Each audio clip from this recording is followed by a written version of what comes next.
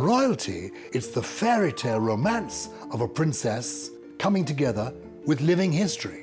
Diana simply thought royal life would be like something out of a romantic novel. I think the idea of being Queen of England also appealed enormously to her. The wedding of Prince Charles and Princess Diana was a wonderful and special day, full of hope. It quickly went wrong. On paper, this marriage should have been perfect, but the personalities were wrong. Diana was in need of love, in all its forms. Prince Charles couldn't let go of his mistress, and the tragedy unfolded as we know it. The Queen, I think, was very worried about the damage that it was doing to the monarchy. She said, OK, enough, you two must now divorce. There's been a car crash in Paris. Dodi Fayed is dead, and we think the princess is dead too. The press played up there being no Union Jack flying at half-mast on Buckingham Palace. People looking at that building and looking at all the surrounding buildings where flags were at half-mast would again form the impression that this was a disrespectful act to a dead princess. Their first reaction was to protect their grandchildren.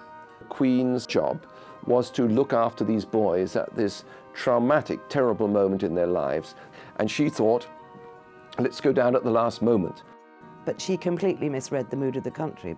For the Queen to have stayed in Balmoral, for them to have tried to get away with a quiet funeral, was absolutely ridiculous. I mean, all these people here today are showing the strength of the nation, and she hasn't said anything, the Queen. These are not people who wear their emotions publicly. That is not what they do. Tucked away in Scotland, far from all of that, trying to cope with these grief-stricken boys, I think she did the right thing. What I say to you now, as your Queen and as a grandmother, I say from my heart. I want to pay tribute to Diana myself.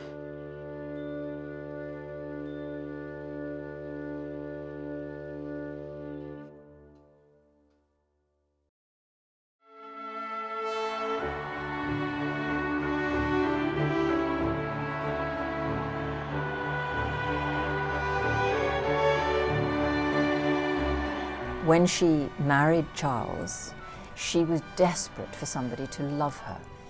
He was desperate for someone to love him. The pair of them were extremely needy individuals. Her because of her damaged background, him because of his lack of self-esteem, lack of confidence. Both of them lacked self-esteem.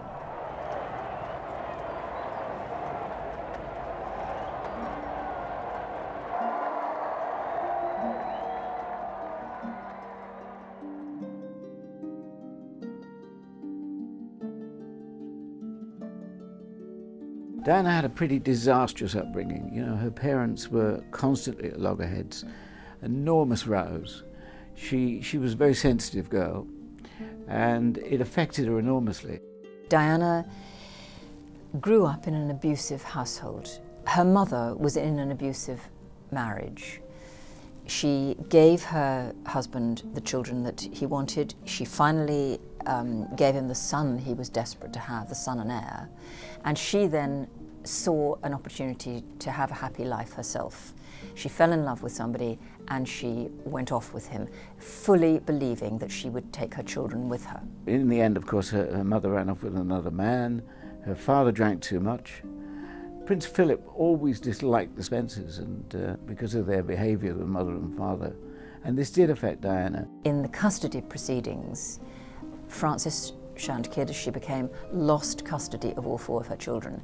Now, Diana at that time was 6 years old. All she knew was that her mother didn't love her enough to want to be with her. That was incredibly damaging for a young child. She also worked out that actually she hadn't been wanted anyway, that her mother and father had been desperately trying to get a boy. She felt totally insignificant, unwanted, and unloved. Now, the effect of this was to make her desperately want to have a family of her own, peace and quiet, a non-drinking husband. She wanted to be a faithful wife. She wanted to have wonderful children. She was a typical product of divorced parents getting exactly what she wanted, never sticking at anything because no one made her stick at anything. What made you go into teaching, for example, instead of perhaps social service or something like that? Just seemed to appeal to me. Did you, can I ask you, was your own childhood particularly a one? Oh, yes. It was. Did that prompt you into wanting to do it? Not particularly. Just love children. She gave up her first job, she gave up ballet school. She didn't stick at things.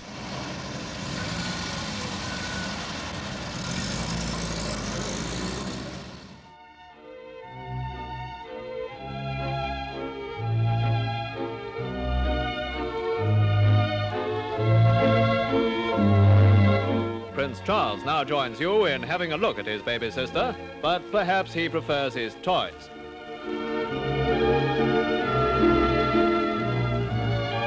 Charles grew up very much in awe of his parents, I would say. His mother was pretty absent during his childhood. So Charles grew up really bonding much more closely with his grandmother, the Queen Mother, than ever with his mother. It was really the Queen Mum who stepped into her shoes. Prince Charles was a sensitive little boy, and suddenly, Mummy had virtually disappeared off the scene. And so I think the Queen Mum provided the sort of emotional stability and security, certainly in the early years. She was a devoted mother, but it wasn't able to devote that much time to them. And of course her own personality is a kind of reserved one. People have described it as being sort of slightly his mother was on a pedestal, but it was not a close relationship. When the Queen came back from that long tour and got off the train at Paddington Station, and her son, who'd been dying to see her, came up to her. She didn't kiss him or put her arms around him. She shook his hand. And what does that say? That says, "Where's my mummy?" He was not a happy child. He'd been sent away to school in Scotland, which he hated. He was lonely. He was bullied there. He had a miserable time, miles away from everything that was familiar to him. So Charles grew up a very insecure sort of boy who turned into an insecure man. Prince Philip knew that Charles had suffered because the Queen put the nation first, and Philip did everything he could to compensate for that, even bringing in his uncle, Lord Mountbatten. Lord Mountbatten, who was the Queen's uncle, took him under his wing and started to give him some confidence and to make him feel valued. And then, of course, Mountbatten was blown up. And that came as a terrible blow to Charles. He was really lost. Charles was needy. He was somebody who just didn't have lots of self-confidence. And the royal family are very interesting because they never congratulate one another. They don't pat one another on the back at all. They're very lonely characters. They're surrounded by their household of secretaries, private secretaries. They've got their valets and their butlers and their footmen and their all of that. But none of those people are really in a position to act as a friend. We've definitely got a class distinction within the households of the royal family. At the very top, you could call it the aristocracy, if you like, of the royal household. That is the members. Then you've got a sort of a middle class area, which may well be described, or is the officials. And then, of course, you've got the downstairs area, the working class, if you like, which is called the staff. The three classes are completely separate. They do not socialise in any way. They don't eat together. The lower orders have to address the upper ones as sir or madam. The whole thing is very, very class-based, very much like it was in Victorian times. Diana seemed wonderfully sympathetic and said she understood how he must have felt. And she touched his heart.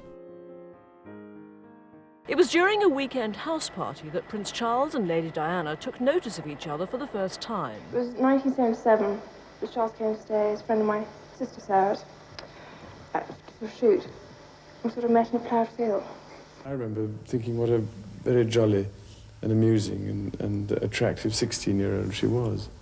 And, I mean, great fun, and bouncy and full of life and everything. And I don't know what you thought of me. Pretty amazing. There was always a great fascination, I suppose inevitably, in Prince Charles's girlfriends, because everybody knew she would be Princess of Wales and one day would be Queen if he chose to marry one of these young ladies. He was the world's most eligible bachelor, a magnet for admiring and aspiring young women. One name mentioned more than most was Princess Astrid of Luxembourg, even though she was a Catholic. Then a new name emerged. Lady Di, the name she would be known by throughout the world, by now shared a flat in Kensington with 3 girlfriends. News of her romance came as a shock to them. She'd said she was going out with Charles Renfrew. Baron of Renfrew is one of Prince Charles's titles. They remember her as a good flatmate. Generous. Very generous. A very good friend. Did she watch TV a lot? Did she have any favourite programmes? Oh, God. Crossroads. She was spotted by James Whittaker, the royal reporter for the Daily Mirror, and went back to London, and they took some photographs of her, and they finally worked out who it was, that it was Diana Spencer, Lady Diana Spencer. She now faced possibly the most daunting initiation test for would-be members of the royal family, ordeal by the media. Her flat came under siege. She was followed wherever she went. Diana was not the shy girl at school that a lot of people suspect she was. She was a lively person, she was a party girl, she lived in Colquhoun Court, as we know, which was a great party scene in Earl's Court. She was a lot of fun, she had a great sense of humour, very popular. She was a proper Sloane. Her house, her flat in London, became absolutely besieged by the press, by photographers. They followed her everywhere she went. How well are you coping with all the press attention? Well, as you can see, you can tell. Are you bearing up with it quite well, though? Because it must be quite a strain with all of us after you. Well, it is, naturally. That was effectively the end of Charles and Diana being able to explore their relationship, get to know one another. The interesting thing about Diana Spencer, who became Princess Diana, was that she rather came out of nowhere. No one really spotted her. Although she had some royal connections in her family, she wasn't the usual type of girlfriend that I remember Prince Charles accompanying to places. A lot of his girlfriends had a past, and we, the press, knew that Prince Charles had to find, at that time, definitely find someone who had no past. And then Lady Diana Spencer appeared, and you know, it was a gift to all of us. When Lady Diana Spencer appeared on the scene, it did begin to look as though she was likely to be the one, because after all, her father, Lord Spencer, had been the Queen's equerry during the famous 1954 Commonwealth tour. Both her grandmothers and 4 of her great-aunts were ladies-in-waiting to the Queen Mother. And the ancestry of the Spencers was, of course, goes back into the mists of time, but is very closely associated with the royal family over a number of years. And so she seemed, in a sense, to be ideal. They lived on a house on the Sandringham estate. She used to go and watch films. I think she said Chitty Chitty Bang Bang, she must have seen about 10 times, with Prince Andrew. And the Queen said, she's one of us. Both the Queen and the Duke of Edinburgh were delighted, I think, at the prospect of Diana marrying Prince Charles when it happened. She was a beautiful, charming, delightful, innocent young girl, and they had high hopes for the relationship. Geographically, she came basically from, you know, a shoot at Sandringham or the Kale Fields of Sandringham or the like. So that seemed to be, you know, full of good hope, basically. Prince Charles's parents were relieved that he had decided to marry someone. He had quite a long period of bachelorhood where he couldn't seem to settle down, and it was actually attracting the wrong kind of headlines. Was he a playboy prince? Was he not able to make decisions? Was he not able to commit? And suddenly this beautiful young girl came into his life, and it really improved his PR enormously, because not only had he managed to settle down, but was such a gorgeous and glamorous figure.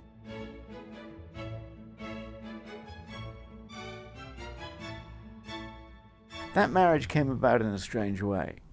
It came about through granny power. His grandmother, the Queen Mother, and her grandmother, Lady Fermoy, got together, and they agreed that whoever Charles married would have to be a virgin. And Lady Fermoy assured the Queen Mother that Diana was a virgin, so the Queen Mother said, then that's the one. The problem for Diana Spencer, and what she really fell victim to, was a time warp. We all like the idea of the royal family being like everybody else, but if they get too like everybody else, then what's special about them? By the 1970s, when Diana Spencer appeared on the scene, most people couldn't care less whether the bride walking up the aisle was a virgin or not in ordinary life. But when it came to the royal family, we still expected this old-fashioned view. And it's the basis for really the tragedy that became her life and Prince Charles's life, and an enormous challenge to the monarchy and to the reputation of Elizabeth II.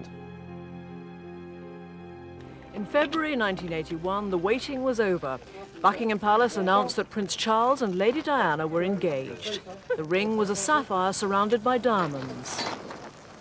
The couple looked happy and relaxed, delighted, like everyone else, that a wedding would take place.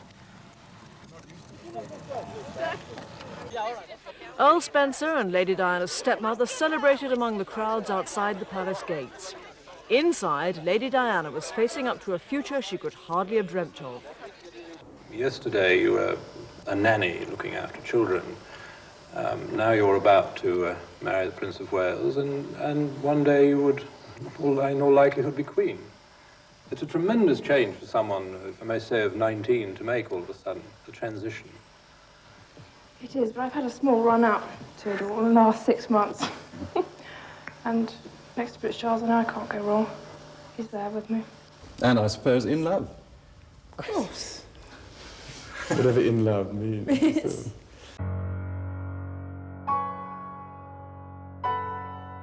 I thought the engagement interview was terribly sad. It must have hurt her enormously when he said that, because what would our wives have said if we'd said on the day of our engagement publicly that whatever love is, you know. He was sending a message to Camilla. But poor Camilla's problem was sort of catch-22.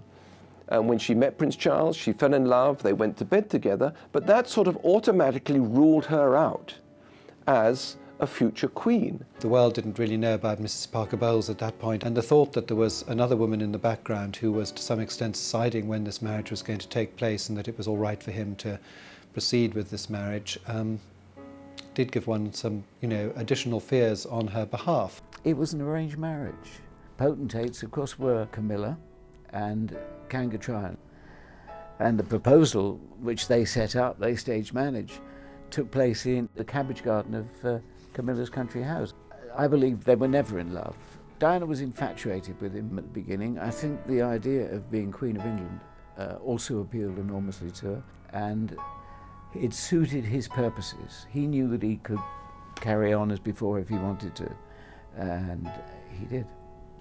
I think that the problems emerged as soon as the engagement was announced.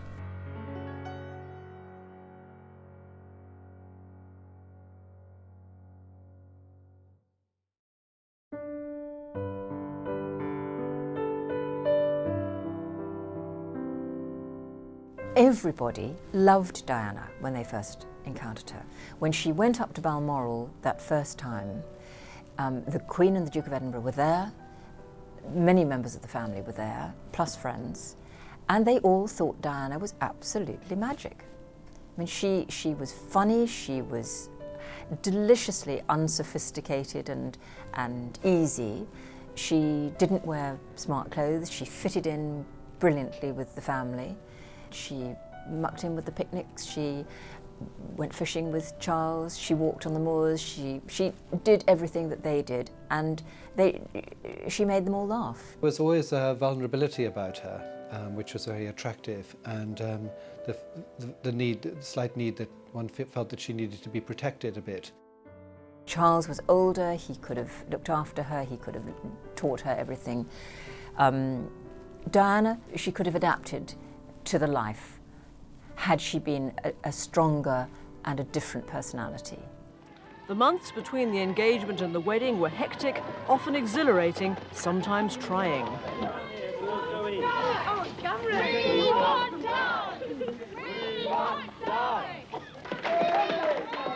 She had to learn the restrictions of royal life. Never again would she be able to walk quietly down to the shops. One of the many, many problems that Diana had was I don't think anyone actually explained to her the enormity of what she was doing. And you'd think her father would have done, because he was one person that did know it.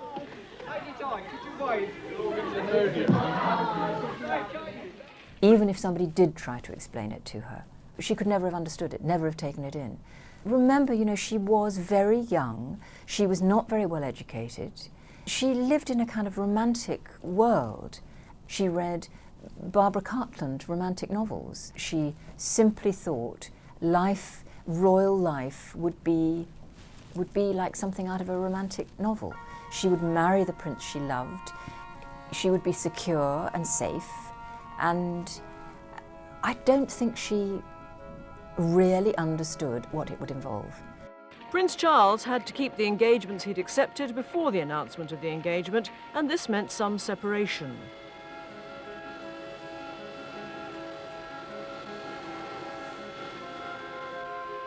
Diana had to accept this and do her best to hide her feelings. Suddenly, as far as Charles was concerned, she changed before his very eyes. This lovely, happy-go-lucky, easy, laughing, giggling, funny girl who made everybody else laugh suddenly became angry, jealous, uncooperative. She had terrible mood swings. She manifested a side to herself that nobody had seen before. But bear in mind that you know, Charles and Diana had seen each other tragically few times before they became engaged. They did not know one another. But what he did know had suddenly vanished, and here was somebody completely different. And he thought, oh God, it's my fault.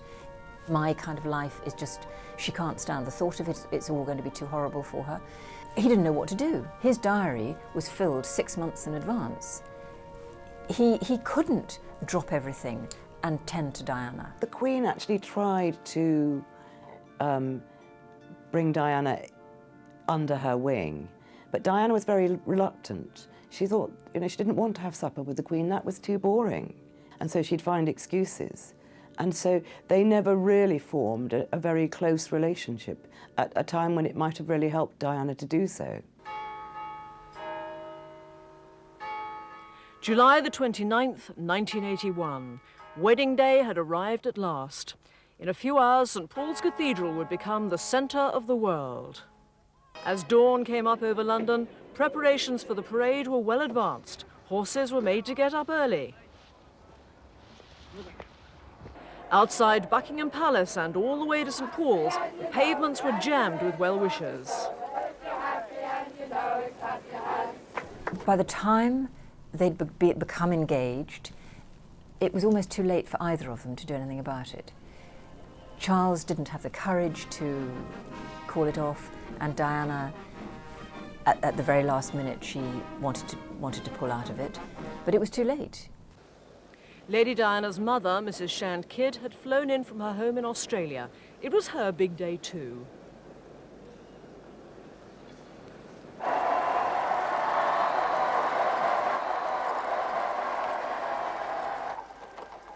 She looked like a princess from a fairy tale, radiantly happy, accompanied by her proud father, the 8th Earl.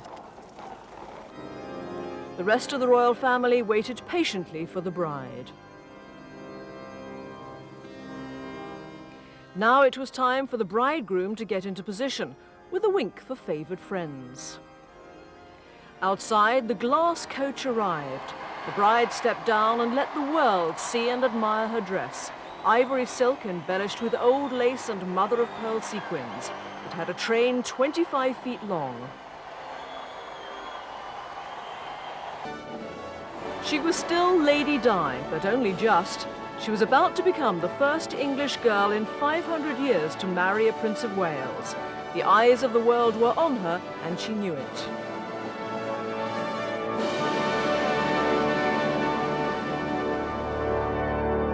And thereto I give thee my troth. And thereto I give thee my troth. She was no longer a children's helper. She was the Princess of Wales, married to the heir to the throne. Another chapter in the 1,000-year history of the British royal family had been written. At the beginning of the wedding, at the time of the wedding, at the beginning of the marriage, they had high hopes. If you look at the pictures of the Queen at the wedding of Prince Charles and Princess Diana, you can see there she is, a happy mother and mother-in-law, helping the bridesmaids sort out their dresses. It's a wonderful and special day, full of hope.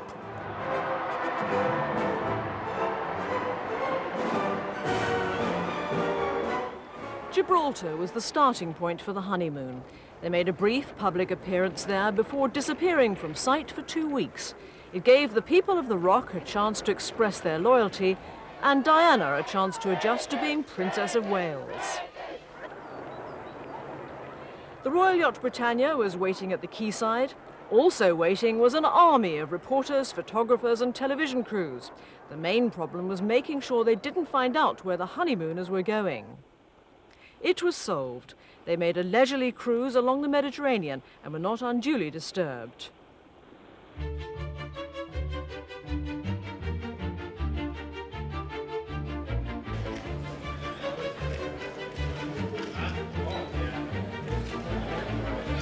She was very, very good at those royal duties, and of course they were, for a time, really completely a dream team. They could have gone anywhere and done anything. Everybody wanted to see them.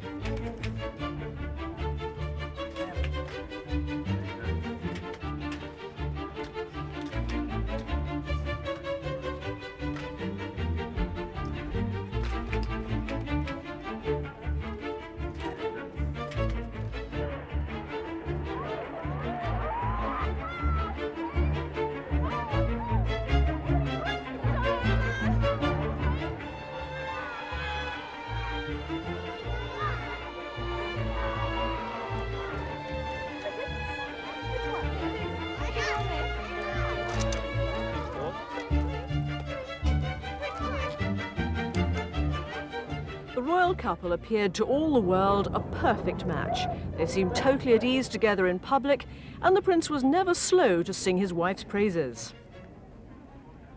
At that time, everybody was saying, good luck, and I hope everything goes well, and how lucky you are to be engaged to such a lovely lady. And my goodness, I was lucky enough to marry her. And we had many messages. It's amazing what ladies do when your back's turned. It quickly went wrong. The first inclination that I got that the marriage had gone wrong was a palace maid, her name was Michelle Riles, went to their room at Balmoral one morning to clean it up, and every single thing in it had been smashed. It was wrecked. And Charles had slept on the floor in his dressing room. I mean, it was, from that moment on, it was obvious that, all couples have rows, but this one never ended. Well before the actual breakup of the marriage, things were beginning to be said. I can remember a very senior royal advisor talking to me about it a bit. And it wasn't until one particular writer and the princess got together and she decided that she wanted her story out there that the whole thing exploded. And even when it came out in book form and in the newspapers then, a lot of people refused to believe it for an awful long time. Diana is an immensely popular figure. For him to have treated her as badly as most people believe he did begins to chip away at all the reasons why Charles is popular. Speeches about the rainforests pale into complete insignificance, as indeed does community architecture, alongside Two Timing, the most popular woman in the land.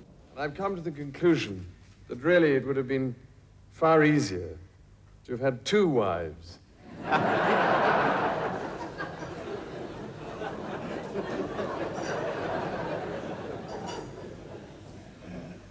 To have covered both sides of the street. And I could have walked down the middle, directing the operation.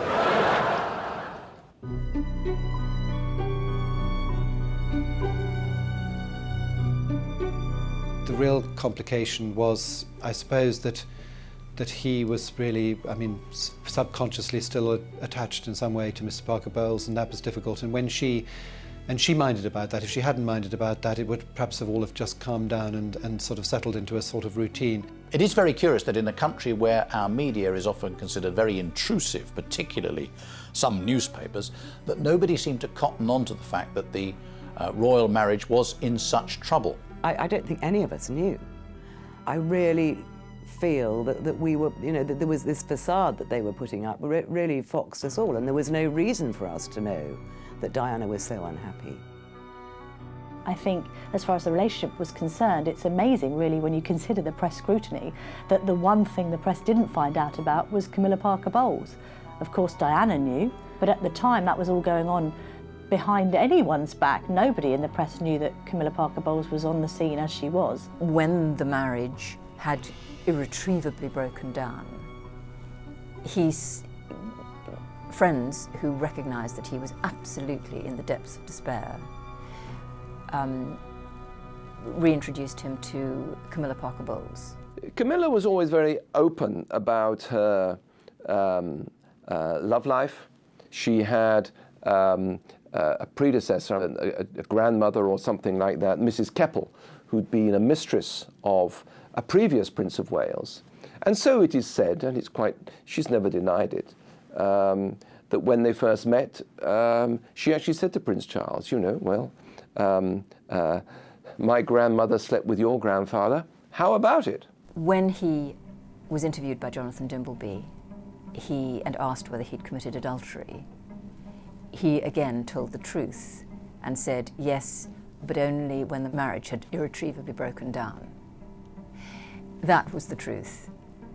And for some strange reason, the great British public chooses not to believe him, but to believe Diana's version of the story of their marriage, which was that there were 3 of them in the marriage, that Camilla was always there, that there was no chance of it ever working. She needed love in all its forms.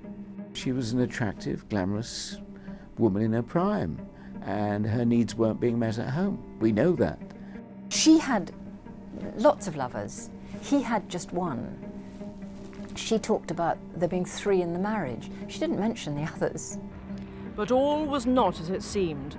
It's since been revealed that the princess was suffering from an eating disorder, bulimia nervosa, a complaint caused by stress. The public glimpsed that something was wrong when she fainted during a visit to an exhibition in Canada. The prince made light of her predicament.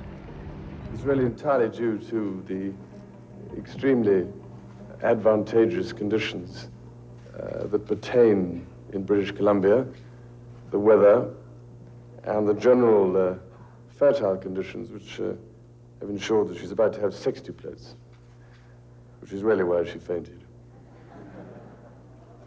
It's not actually true, but there we are. Diana had many of the characteristics that go with eating disorders. I mean, she displayed them.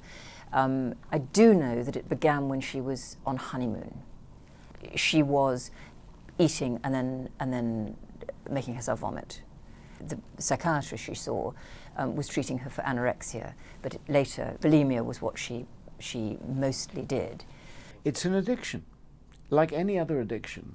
And the royal family didn't know how to handle that. They'd encountered all kinds of problems in the past. Eating disorders, whether it be anorexia or bulimia, show how an individual can turn the nourishment of the body into a painful attack on themselves.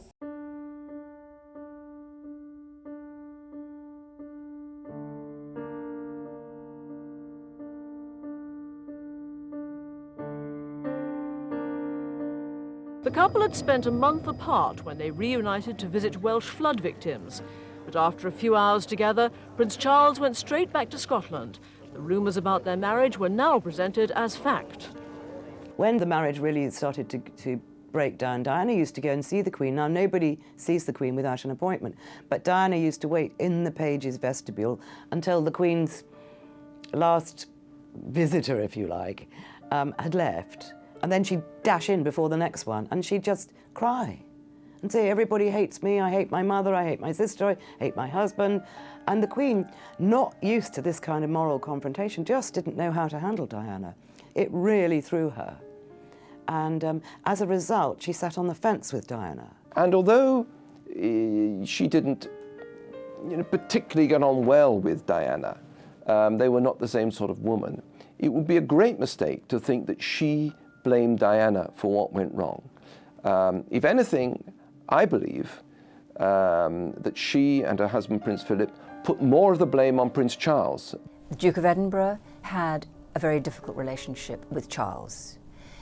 And the real problem behind the Charles and Diana marriage was that Charles misunderstood his father. They didn't speak to one another as normal father and son might. He always felt that he had difficulties with his parents and had turned to his grandmother and Lord Mountbatten, and indeed to his nanny Mabel Anderson, for sort of particular support. What I think is interesting, and still perhaps isn't well enough understood, is how the Queen and Prince Philip both tried their level best to help. They were very supportive. You know, Diana could be a nightmare at times, but they had been very fond of her. And I think everybody wanted the marriage to work.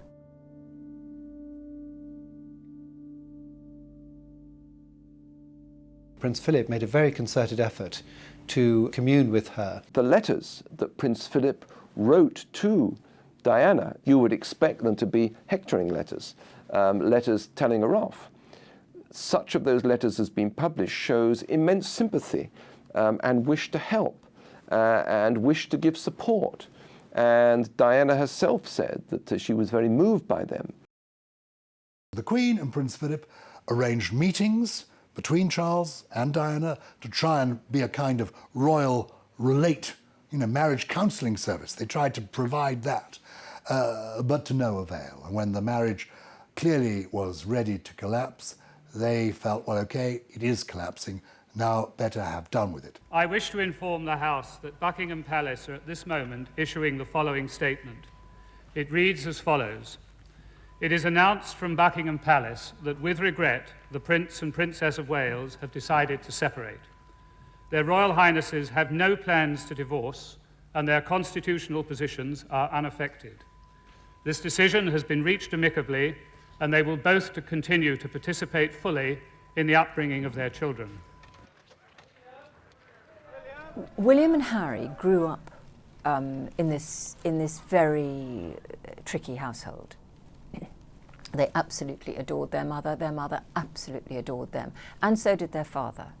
The one thing that Diana be praised for forevermore was giving those children real love and security in their early days.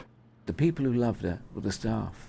She would often take William and Harry down to the kitchen to have their tea, and they wanted fish fingers and things like that.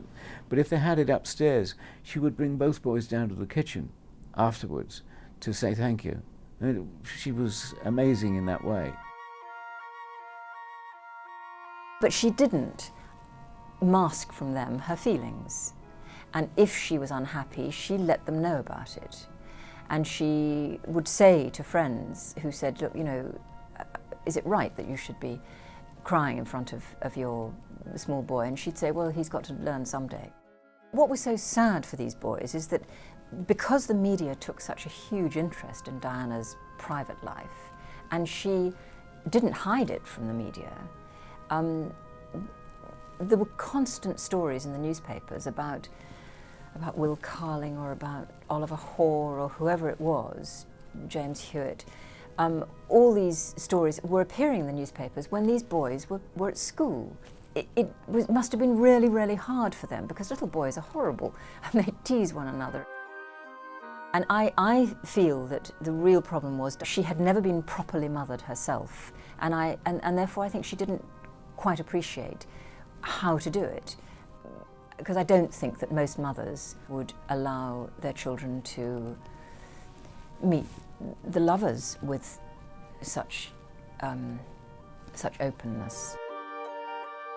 I don't think a good mother really would have spoken on national television as Diana did in that Panorama interview. She was at war with her husband. She wanted him to suffer. And somehow, I don't think she managed to put herself into the position of how her sons would feel if she behaved in this way. How they would feel if she paraded her lovers in front of them, if she ran their father down on television. I don't think she could put herself into their minds. She spoke to his housemaster and said that she was going to be on television. His housemaster said she must go and explain to William what she'd done, and she went down there, she saw him for 5 minutes and left. She was very pleased with what she'd done at the time. She thought it was a great performance and she was thrilled, and she rang up her friends and said, "You must watch, you must watch." Afterwards, I think she regretted it bitterly, because it was just about as bad as it can be for a 14-year-old boy.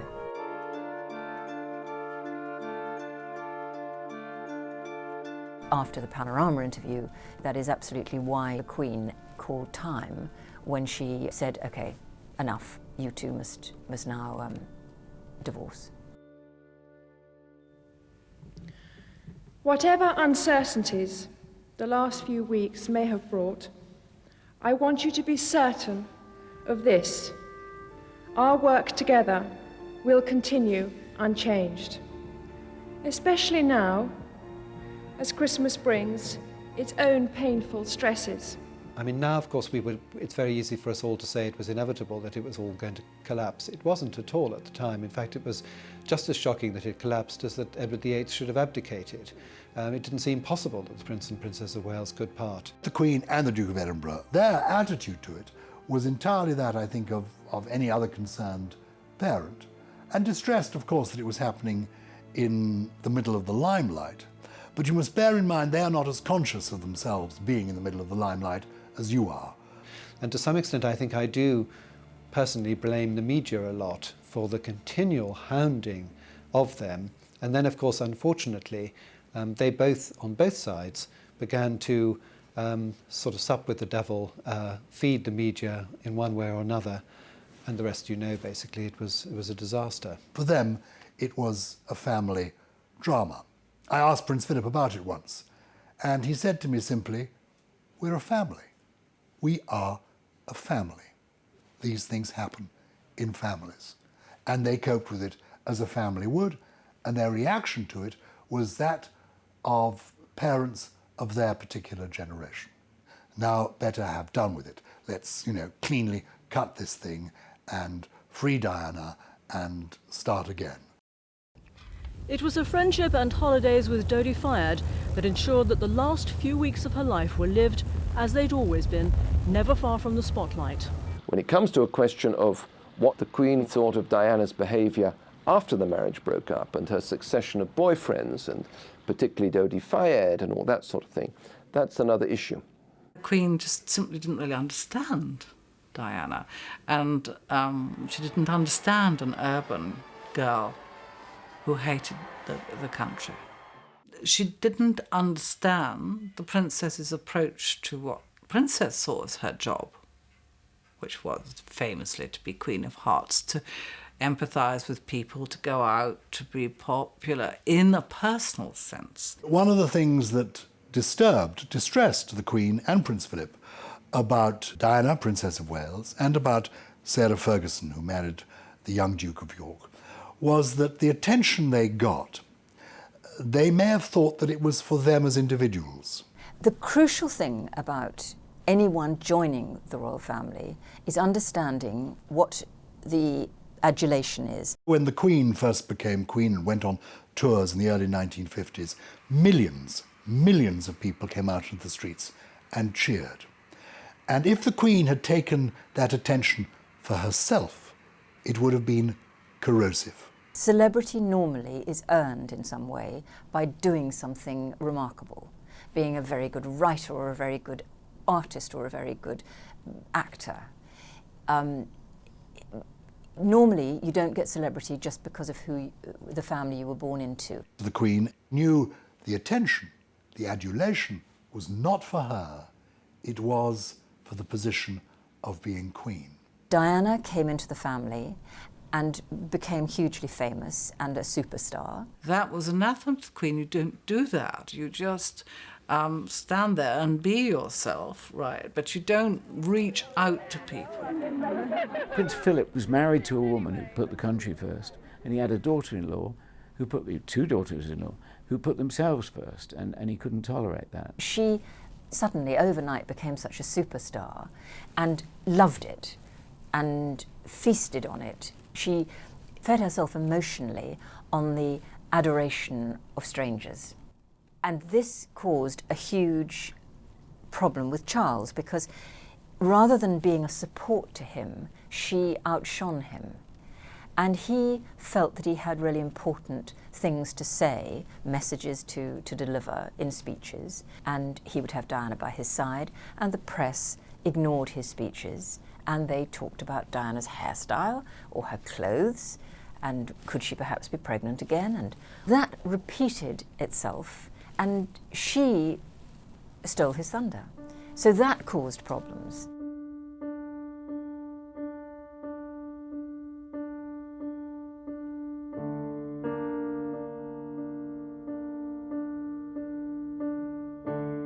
I was asleep in bed and the phone rang, and one of my bosses said, "Nick, there's been a car crash in Paris. Dodi Fayed is dead, and we think the princess is dead too."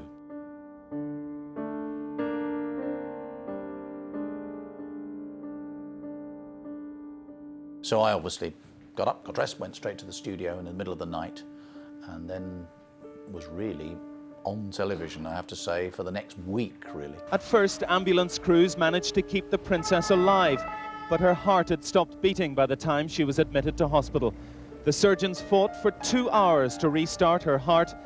At 3 o'clock this morning, London time, they admitted defeat and announced that Diana, Princess of Wales, was dead. We have a flash here from the Press Association Newswire saying that Diana, Princess of Wales, has died in a car crash in Paris. It was all to do with two people, Dodi Fayed and Diana's bodyguard. The car was being chased by paparazzi. The chauffeur had had a certain amount too much to drink. He probably could have driven home perfectly well if he hadn't been being chased by paparazzi.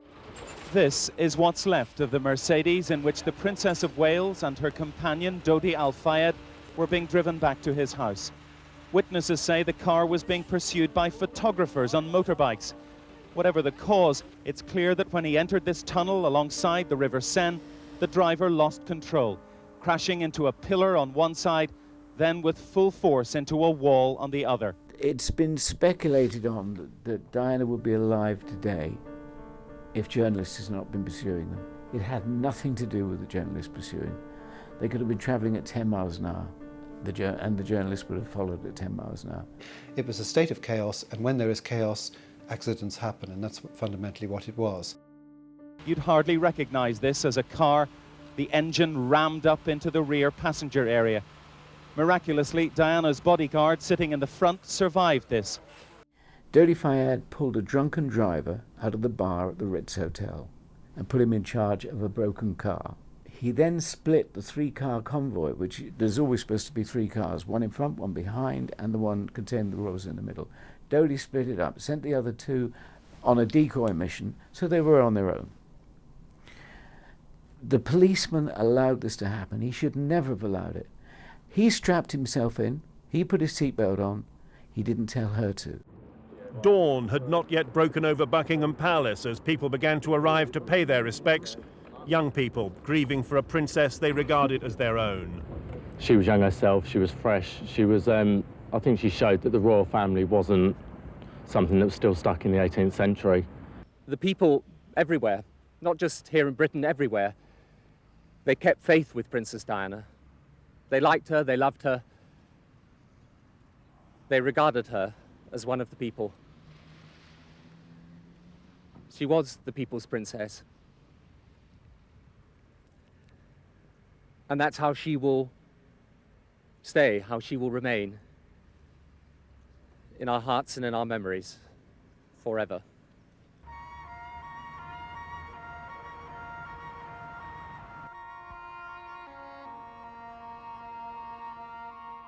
So on the Sunday, you had the shock. The next day, it was discovered, turned on the paparazzi, or perhaps even on the same day, that had pursued the car. Then after that, it was discovered that the chauffeur had more alcohol in his blood than he should have done, so he was the next one to be blamed. And then, once they'd finished with that, they turned on the Queen. And the press played it up like anything. They played up the fake thing of the flag, there being no Union Jack flying at half-mast on Buckingham Palace.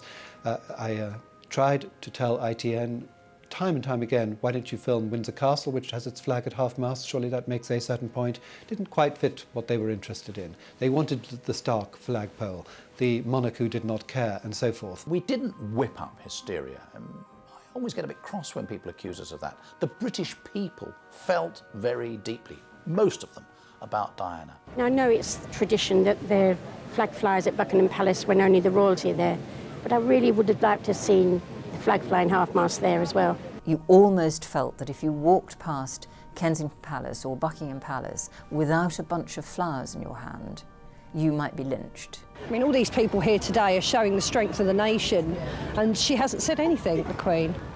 They felt her loss personally, and we were very aware that we shouldn't inflame people. We shouldn't say, oh, the Queen's being terrible, she hasn't come down to London to meet the crowds. We tried to be very careful about what we were doing.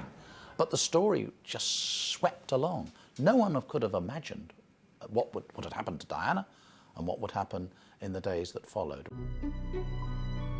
With Diana's death, the Queen did what she's always done. Remember, she likes continuity, and she did what her father would have done and what her grandfather would have done. So they button down the hatches, stay at Balmoral, on the outward, act as if nothing so terrible has happened.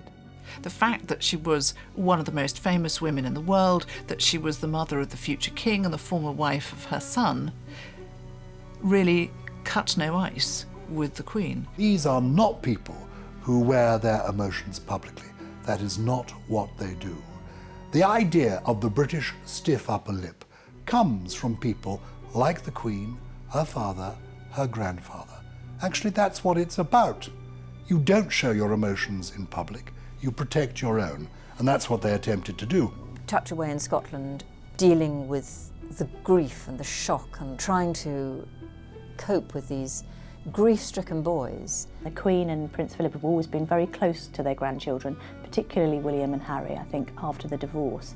And it was very much their opinion as grandparents that they should keep the boys back, try and keep their mind off what was happening back in London, while Charles went and recovered Diana's body and had to deal with the public administration of things, if you like. I think she did the right thing.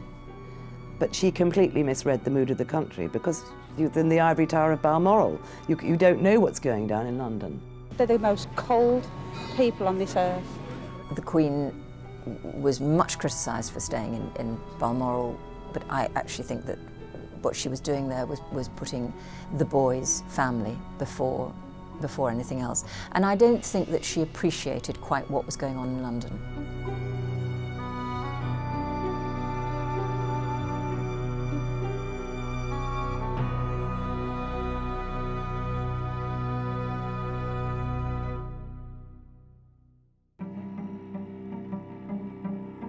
Well, the Queen, when she came back to Buckingham Palace from Scotland, I think she was actually extremely nervous because she could feel the hostility of the crowd. So she did a walkabout, and actually she heard them say, "Oh, about time you've come." You know, they can hear an awful lot of things that the crowd say. And then I think a woman actually gave her a bunch of flowers and said, "Oh, would you like me to place it for you?" And the woman said, "No, ma'am, it's for you." And that sort of broke the ice. It was that moment. And I think suddenly people saw her, instead of feeling all prickly and angry, they suddenly thought, my goodness, this is a grandmother and she's got to deal with all this. I suppose it was a sort of natural feeling of sympathy in many ways for the Queen, plus the fact, and I remember this terribly well, the Queen went on television live from Buckingham Palace to address the nation in the middle of all of that. And it was a very masterful speech. What I say to you now, as your Queen and as a grandmother, I say from my heart. First, I want to pay tribute to Diana myself. It did just the right thing. It said just the right thing. She used the famous words, as your Queen and a grandmother. That was a very important thing to say, to remind people that she isn't just some remote figure, but she has a family, children, grandchildren, and all the sorrows and pleasures that that brings to everybody. One of the most moving moments when the royal family were gathered in Buckingham Palace and they were discussing the details of what was going to happen next day, and in particular who was going to walk behind the coffin. Prince Harry had no doubt that yes, he would do it. William was not so sure. He'd had very complex feelings in the last weeks about his mother's relationship with Dodi Fayed that he didn't like. William and Harry went to stay with the Fayeds in the south of France before Diana was photographed cavorting with Dodi. And I think that the boys found that quite uncomfortable. Harrods had sent all sorts of presents after he'd stayed on the Fayed's yacht. He'd had them all returned. They went back to England and flew up to Scotland and joined their father, and they started the family holiday. That was when Diana then went back and had a second spell in the Mediterranean on the yacht with Dodi, and that was where most of the photographs were taken. He felt embarrassed by seeing his mother in a bikini on the newspapers. He was troubled, and he wasn't sure if he wanted to walk and parade and perform for the people. And at that moment, Prince Philip said, well, if I walk, will you walk too? Prince Philip said to him, I think when you're older, you would regret it if you didn't walk in your mother's procession, and I will walk with you. And that's an immensely supportive grandfather. And it made a difference. And of course, more than a difference, because the sight of those different generations of men, from Prince Philip, already in his 70s, to little Harry, it was one of the most moving sights of that day. And I think people who saw that will carry that image throughout their lives.